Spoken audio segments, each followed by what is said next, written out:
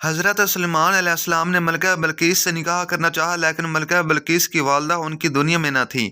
اسی ملکہ بلقیس کی پنڈلی گھوڑی جیسی تھی۔ جب ملکہ حضرت سلیمان علیہ السلام کی سلطنت میں آئی تو حضرت سلیمان علیہ السلام نے دیکھنا چاہا۔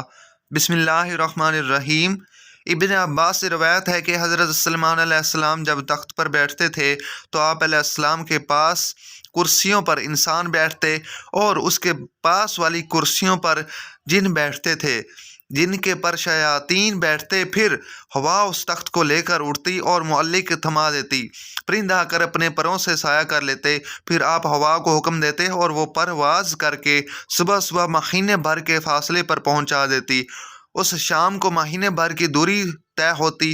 ایک مرتبہ اسی طرح آپ جا رہے تھے، پرندوں کی دیکھ بھال کی تو ہدہد کو غائب پایا۔ بڑے ناراض ہوئے اور فرمایا، چند گھنٹے میں مجھے نظر نہیں پڑا، یا سچی مچے غیر حاضر ہے؟ اگر واقعہ وہ غیر حاضر ہے تو میں اسے سخت سزا دوں گا، بلکہ ذبح کر دوں گا۔ ہاں، یہ اور بات ہے کہ وہ غیر حاضری کی کوئی معقول وجہ بیان کر دے۔ ایسے موقع پر آپ پرندوں کے پر نچوا کر زمین پر ڈلوا دیتے تھے، کیڑے مکوڑے کھا جاتے تھے انہیں۔ اتنے میں اچانک ہدہد آ گیا۔ پرندوں نے کہا، آج تیری خیر نہیں، بادشاہ سلامت تیری سزا طے کر چکے ہیں۔ اس نے کہا، یہ بتاؤ کہ ان کے الفاظ کیا تھے؟ انہوں نے بیان کیا کہ ہدہد خوش ہو کر کہنے لگا کہ پھر میں بچ جاؤں گا۔ چنانچہ ہدہد حضرت سلیمان علیہ السلام کے دربار میں پیش ہوا اور کہنے لگا، اے نبی، اللہ کے نبی، میں ایک ایسی خبر لے کر آیا ہوں۔ میں عرب سے آ رہا ہوں اور پختہ یقین سے خبر لایا ہوں۔ اس ملک کی بادشاہ ایک عورت کو میں نے کرتے ہوئے پایا کہ اس کے وزیر اور مشیر 312 شخص ہیں، اور ان میں سے ہر شخص کے ماتحت 12,000 کی جمعیت ہے۔ اس کی زمین کا نام مادب ہے، یہ صفا سے 3 میل کے فاصلے پر ہے۔ دنیاوی ہر قسم کی ضرورت اسے مہیا ہے۔ اس کا نہایت شاندار قسم کا تخت ہے جس پر وہ جلوس کرتی ہے، سونے سے تندوا ہوا، اور یہ 80 ہاتھ اونٹ جا اور 40 ہاتھ چوڑا ہے، اور 600 عورتیں ہر وقت اس کی خدمت میں کمر بستہ رہتی ہیں۔ اس کا دیوار ایک خاص جس میں تخت ہے، بہت بڑا محل ہے، بلند و بالا اور کشادہ۔ سب لوگ آفتاب پرست ہیں، خدا پرست کوئی نہیں۔ ملکہ کا نام بلقیس بنت شرامیل ہے۔ اس کا دادا پورے یمن کا بادشاہ عظیم تھا، جس کی اولاد میں 40 لڑکے پیدا ہوئے جو سب کے سب بادشاہ بنے۔ اس کے والد نے ایک جینا عورت سے نکاح کر لیا تھا، اس کے بدن سے ملکہ پیدا ہوئی۔ جینیا سے نکاح کے مختلف وجوہات بیان کی گئی ہیں۔ ایک یہ کہ اپنی حکومت اور سلطنت کی غرور والے لوگوں سے کہتا کہ تم میں میرے کوئی لائق نہیں۔ اس کا نتیجہ یہ ہوا کہ لوگوں نے اس کا نکاح ایک جینا سے کروا دیا۔ سلیمان علیہ السلام ہدہد کا ملکہ بلقیس اور اس کی قوم کے متعلق بیان سن کر کہنے لگے کہ مجھے یہ معلوم کرنا ہوگا کہ تو سچ کہہ رہا ہے کہ جھوٹ بول رہا ہے۔ میرے اس خط کو لے جا کر ملکہ بلقیس کو دے دے، اور پھر ان کے پاس سے ہٹ کر دیکھ کہ وہ کیا جواب دیتی ہیں۔ ہدہد اس خط کو اپنی چونچ میں دبا کر ملکہ بلقیس کے محل میں پہنچ گیا۔ ملکہ اس وقت خلوت خانہ میں موجود تھی۔ ہدہد نے نہایت خاموشی اور احتیاط کے ساتھ خط اس کے سامنے اس طرح ڈالا کہ وہ جان نہ پائے کہ ہدہد کہاں سے آیا ہے۔ ملکہ اپنے گود میں بڑے خط کو دیکھ کر محتاط ہو گئی اور خوف زدہ بھی، لیکن اتنا اندازہ ضرور ہو گیا تھا کہ یہ عام خط نہیں، معزز مکرم ہے کہ اس پر مہر بھی لگی ہوئی ہے۔ اس خط میں خط لکھنے والے کے تمام اصول پڑھتے گئے۔ خط لکھنے کے لیے پہلی شرط یہ ہوتی ہے کہ خط کا آغاز ہی اس طرح ہو کہ خط لکھنے والے کا نام پتہ مکتوب الہی کے نام میں آ جائے کہ کس نے خط لکھا ہے۔ ایک بات کہ خط کا آغاز اللہ تعالیٰ کے پاک اور بابرکت نام سے کیا جائے۔ کہا جاتا ہے کہ حضرت ابو ہریرہ رضی اللہ تعالیٰ عنہ فرماتے ہیں کہ ایک مرتبہ آپ صلی اللہ علیہ وآلہ وسلم کے ہمراہ جا رہا تھا۔ آپ صلی اللہ علیہ وآلہ وسلم نے فرمایا، میں ایک ایسی آیت جانتا ہوں جو مجھ سے پہلے داؤد علیہ السلام پر نہیں اتری۔ میں نے استفسار کیا، وہ کون سی آیت ہے؟ آپ نے فرمایا، بسم اللہ الرحمن الرحیم۔ خط مختصر لیکن بلیغ انداز میں تحریر کیا گیا تھا۔ خط سے شاہانہ انداز ہی نہیں، پیغمبرانہ شان بھی ظاہر ہوتی تھی۔ بسم اللہ سے ابتدا اس امر کی طرف اشارہ تھا کہ سرکشی چھوڑ کر ایک اللہ کی عبادت کرو۔ یہ کسی بادشاہی کا نہیں بلکہ پیغمبر کا دعوت نامہ ہے۔ ایک اللہ کی عبادت کرو۔ ملکہ عقل مند تھی، معاملات کو کس طرح طے کیا جائے بخوبی جانتی تھی۔ اس کا فیصلہ اس کے اہل دربار کے لیے رد کرنا ممکن نہ تھا۔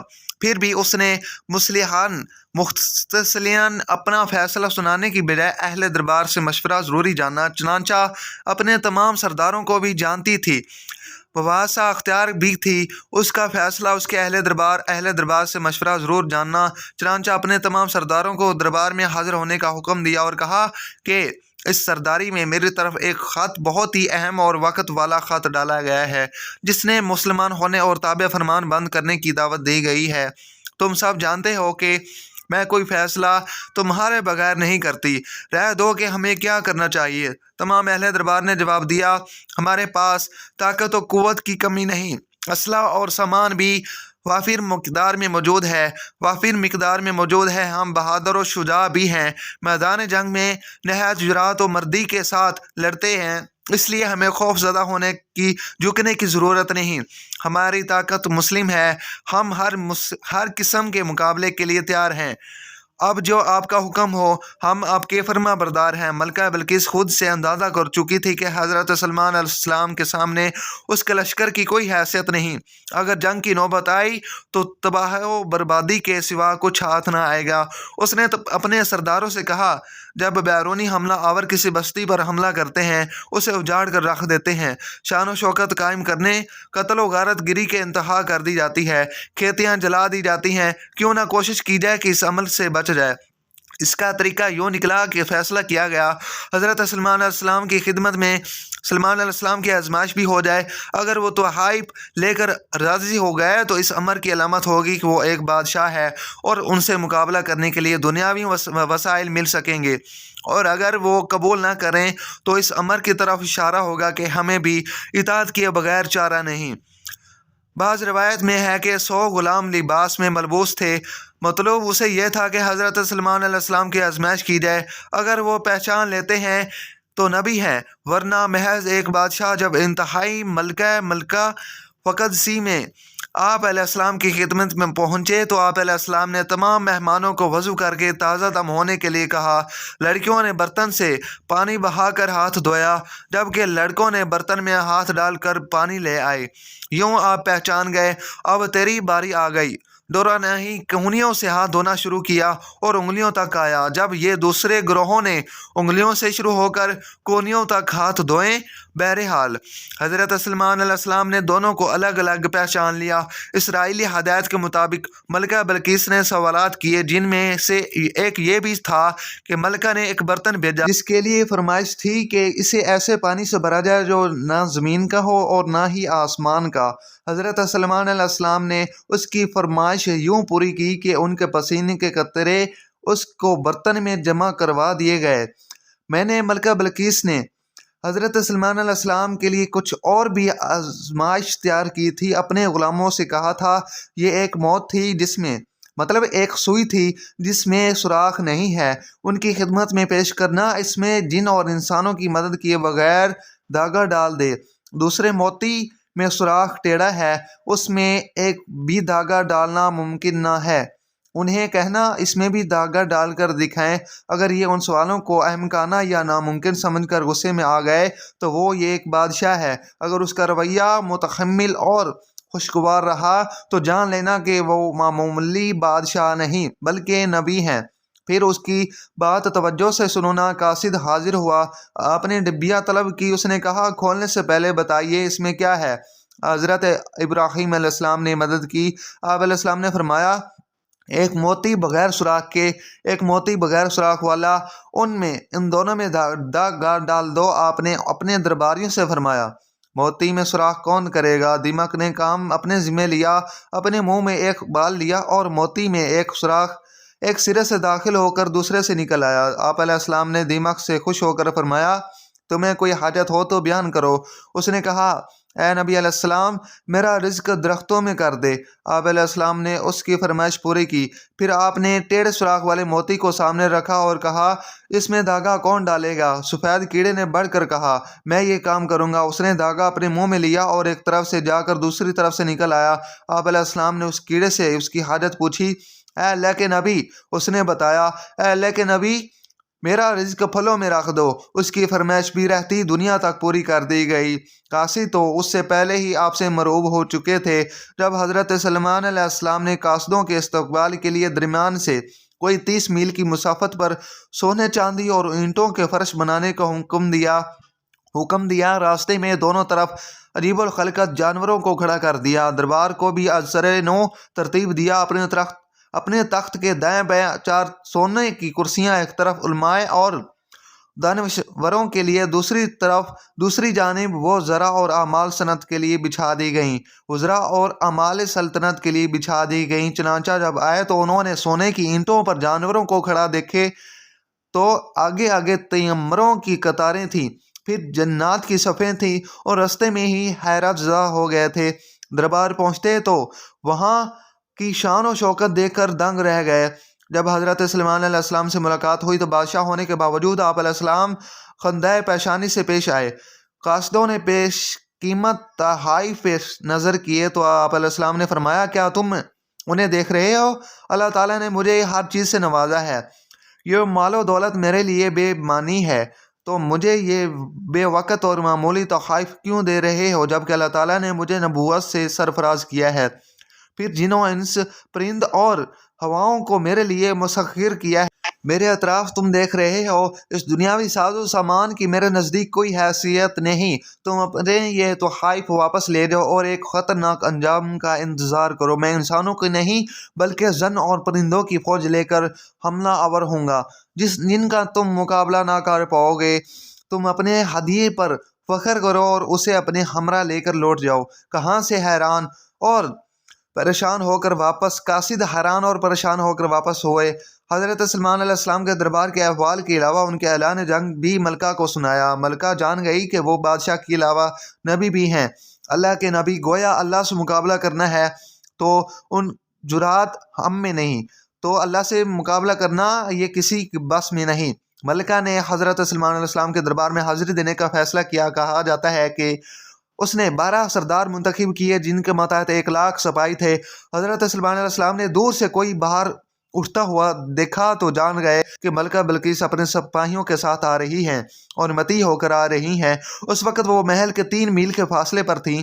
حضرت سلیمان علیہ السلام نے سوچا کہ وہ میرے دربار کی شان و شوکت کے ساتھ ساتھ پیغمبرانہ معجزہ بھی دیکھ لیں، اس لیے آپ نے اپنی اس مجلس میں کہا، ذرا آپ صبح سے دوپہر تک مقدمات فیصلہ کیا کرتے تھے اور جہاں جن و انس سب ہی شریک ہوا کرتے تھے۔ فرمایا، کیا ملکہ بلقیس کا تخت جن کی بیش قیمت اور نادر ہونے کی بہت شہرت ہے، ملکہ کے میرے دربار میں پہنچنے سے پہلے کوئی لا سکتا ہے؟ کیونکہ وہ جب یہاں آ جائے گی ایمان لے آئے گی، پھر اس کا مال ہم پر حرام ہو جائے گا۔ بہرحال ایک طاقتور اور سرکش جن ایک بڑے پہاڑ جتنی جسامت رکھتا تھا، اگر آپ مجھے اجازت دیں تو آپ کا دربار برخاست کرنے سے پہلے اس تخت کو اٹھا کر یہاں لا سکتا ہوں۔ پھر آپ جانتے ہیں کہ میں بہت ہی امانت دار ہوں اور ذخیرہ جواہرات سے مزین تخت سے کوئی چیز نہیں چراؤں گا۔ بظاہر ہے کہ جن انسانوں کے مقابلے میں غیر معمولی قوتیں رکھتا ہے، جن کسی انسان کے لیے ممکن نہیں کہ وہ بیت المقدس سے مغربی یمن جائے اور 1,500 میل کا فاصلہ 2-4 گھنٹوں میں طے کر کے تخت یہاں پہنچائے، اور تخت بھی کوئی عام معمولی نہیں، نہایت ہی وسیع و عریض اور وزنی، جسے اٹھانا فرد واحد کی بس کی بات نہیں، اور پھر تخت بھی وہ جس کا ملکہ نے سب سے زیادہ حفاظت کے لیے شاہی محلات کے وسط میں ایک محفوظ محل میں مغفل کر رکھا تھا، جہاں خود اس کے لوگوں کی رسائی ممکن نہ تھی۔ مجلس شورا میں موجود ایک شخص بول اٹھا، وہ شخص تھا جس کی کتاب کا علم عطا کیا گیا۔ آپ کی پلک جھپکنے سے بشتر میں چاہتا ہوں کہ آپ کی خدمت میں حاضر ہو کر سکتا ہوں۔ یہ چند سوالات ذہن میں پیدا ہوتے ہیں کہ یہ کون شخص تھا، کتاب کون سی تھی، علم کیا تھا۔ بعض افراد کا خیال ہے کہ یہ خود حضرت سلیمان علیہ السلام تھے کہ اللہ تعالیٰ نے انہیں علم سے نوازا تھا اور وہ معجزہ دکھا سکتے تھے۔ بعض مقامات پر اسے حضرت سلیمان علیہ السلام کا مغربی صحابی بتایا گیا ہے کہ اس کا نام آصف بن باقیہ درج ہے، جو حضرت سلیمان علیہ السلام کے وزیر تھے اور نسل انسانی سے تعلق رکھتے تھے۔ ابن عباس کے مطابق حضرت سلیمان علیہ السلام کے کاتب تھے، آپ کے خالہ زاد تھے، ولی اللہ تھے اور اسم اعظم جانتے تھے۔ کتاب کے علم سے مراد غالباً اس نظم کا علم ہے، یعنی تورات، اور بعض کے نزدیک اس علم سے مراد درباری رجسٹر اور سرکاری دفتر مراد، یعنی آصف بقیہ کے دفتر کے امین ہونے کی وجہ سے یہ علم حاصل تھا۔ وہ تخت محل کسی حصہ میں محفوظ ہے۔ یہ بات البتہ ہو سکتی ہے کہ اللہ نے انہیں کرامت بخش دی ہو کہ جس کے سبب انہوں نے دن کے مختصر مہلت کو بھی طویل جانا اور کہا میں پلک جھپکنے سے پہلے تخت حاصل کر سکتا ہوں، یہاں لا سکتا ہوں۔ چنانچہ لمحہ بھر بعد ہی حضرت سلیمان علیہ السلام نے تخت اپنے سامنے موجود پایا۔ اہل دربار حیرت زدہ ہو گئے کہ کہا جاتا ہے کہ جس کرسی پر پاؤں رکھ کر حضرت سلیمان علیہ السلام تخت شاہی پر چڑھے تھے اس کے نیچے سے بلقیس کا تخت نکل آیا تو آپ نے فرمایا یہ میرا رب کا فضل ہے جو مجھے آزمانا چاہتا ہے کہ میں شکر گزاری کرتا ہوں یا بے پرواہ رہتا ہوں۔ لمحے بھر میں تخت کی یہاں موجودگی میں میرا یہ آصف برقع کا کوئی کمال نہیں، یہ سب اس کی عطا ہے۔ بہرحال پہنچ گیا۔ آپ علیہ السلام نے حکم دیا اس تخت کی حالت تھوڑی سی بہت بھی تبدیل کر دی جائے، تو کچھ ہیرے جواہرات بدل دو، رنگ و روغن تبدیل کر دو، تاکہ جب وہ یہاں پہنچے تو دیکھا جائے کہ وہ آیا اپنے تخت کو پہچانتی ہے، اس بات سے آگاہ ہوتی ہے کہ نہیں یہ تخت اسی کا ہے، یعنی اتنا بڑا معجزہ دیکھ کر رائے ہدایت پاتی ہے یا نہیں۔ ملکہ بلقیس دربار سلمان میں حاضر ہوئی۔ وہ اپنی طرف سے بڑی شان و شوکت اور فخر ناز کے ساتھ اونٹوں کے قافلے کے ساتھ، جس پر خوشبو لدی تھی، بہت سونا جواہرات لے کر آئی تھی۔ جب وہ وہاں پہنچی تو یقیناً یمن اس کے لیے حیران کن تھا۔ اس کے سامنے موجود تخت تھوڑی بہت تبدیلیوں کے ساتھ اس کا اپنا تھا۔ یہاں کیسے آ گیا؟ کہاں یہ روشنی؟ کہاں سبا کا علاقہ، اس کا محل، اس کے محافظ، اور کہاں کھڑے پہرے دار، اس کا تخت؟ یہ کیسے ممکن ہے؟ یہ کیسے ممکن ہے؟ شدید پہرے کے باوجود تخت یہاں بیت المقدس میں حضرت سلیمان علیہ السلام کی سلطنت میں، اسے یہاں کون لا سکتا ہے؟ میں گمان میں مبتلا تھی کہ حضرت سلیمان علیہ السلام نے سوال کیا کیا تیرا تخت صحیح ہے؟ ملکہ بلقیس واضح جواب دینے کی قدرت نہ رکھتی تھی، یعنی انکار کر دیا، انکار نہ اقرار محتاج جواب دے دیا، اور یوں گویا یوں ہوئی کہ ہم تو اس کرامت سے پہلے یاد کی نبوت کے قائل آپ کی نبوت کے قائل ہو چکے تھے، اور وہ جو مشکل سوالات کے جوابات کے حصول کے لیے آئی تھی وہ بات اسے عطا کی گئی۔ ایک سوال یہ بھی تھا کہ اللہ تعالیٰ کا رنگ کیسا ہے؟ ایسا سوال تھا کہ آپ سجدے میں گر پڑے، خدا تعالیٰ سے فریاد کی کہ اس نے ایسا سوال پوچھ لیا ہے کہ جس کا جواب میں تجھ سے دریافت کرنے کی جرات نہیں پاتا۔ اللہ تعالیٰ نے فرمایا بے فکر ہو جاؤ، تمہارا مسئلہ حل ہو چکا ہے۔ آپ علیہ السلام سجدے سے اٹھے تو آپ علیہ السلام نے پوچھا کہ تم نے کیا سوال کیا تھا؟ سبھی سوال فراموش کر چکے تھے۔ حضرت سلیمان علیہ السلام نے سوچا کہ نبوت کی موت سے تو وہ دیکھ چکی ہیں، اب اسے ظاہری سلطنت اور نبوت کے معجزات تو دیکھ چکی ہیں، وہ ظاہری سلطنت اور جاہ و جلال بھی دکھا دیا جائے۔ ملکہ بلقیس صبح قیامت کی خبر سن کر اپنے جنوں کو ایک ایسا محل کی تعمیر کا حکم دے چکے تھے جو صرف اور صرف کانچ کا تھا اور اس کے نیچے پانی تھا۔ شیشہ بہت ہی صاف شفاف تھا، آنے والا شیشہ کا امتیاز نہیں کر سکتا تھا، بلکہ اسے ایسا بھی معلوم ہوتا تھا کہ پانی ہی پانی ہے، حالانکہ اس کے اوپر شیشے کا فرش ہے۔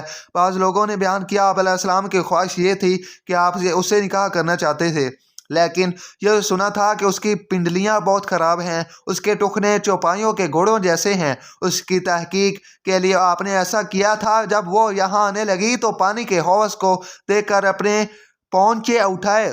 آپ علیہ السلام نے دیکھ لیا جو بات مجھے پہچانی گئی، یعنی جو بات مجھے پہنچائے گی وہ غلط ہے۔ اس کی پنڈلیاں اور پیر بالکل انسانوں جیسے ہی ہیں، کوئی نئی بات یا بدصورتی نہیں، چونکہ بے نکاح تھی، پنڈلیوں پر بال بڑے بڑے تھے۔ آپ نے اس طرح سے منڈوا ڈالنے کا مشورہ دیا، لیکن اس نے کہا کہ اس کی برداشت سے نہ ہو سکے گی۔ آپ نے جنوں سے حکم دیا، کہا کہ کوئی اور چیز بناؤ جس سے بال جاتے رہیں، اور جنوں نے ہڑتل پیش کی، اور یہ دعا سب سے پہلے حضرت سلیمان علیہ السلام کے حکم سے ہی تلاش کی گئی تھی۔ ملکہ نے اس حکم کو، اس کے دسترخوان کی نعمتوں کو، ان کے ملازموں کو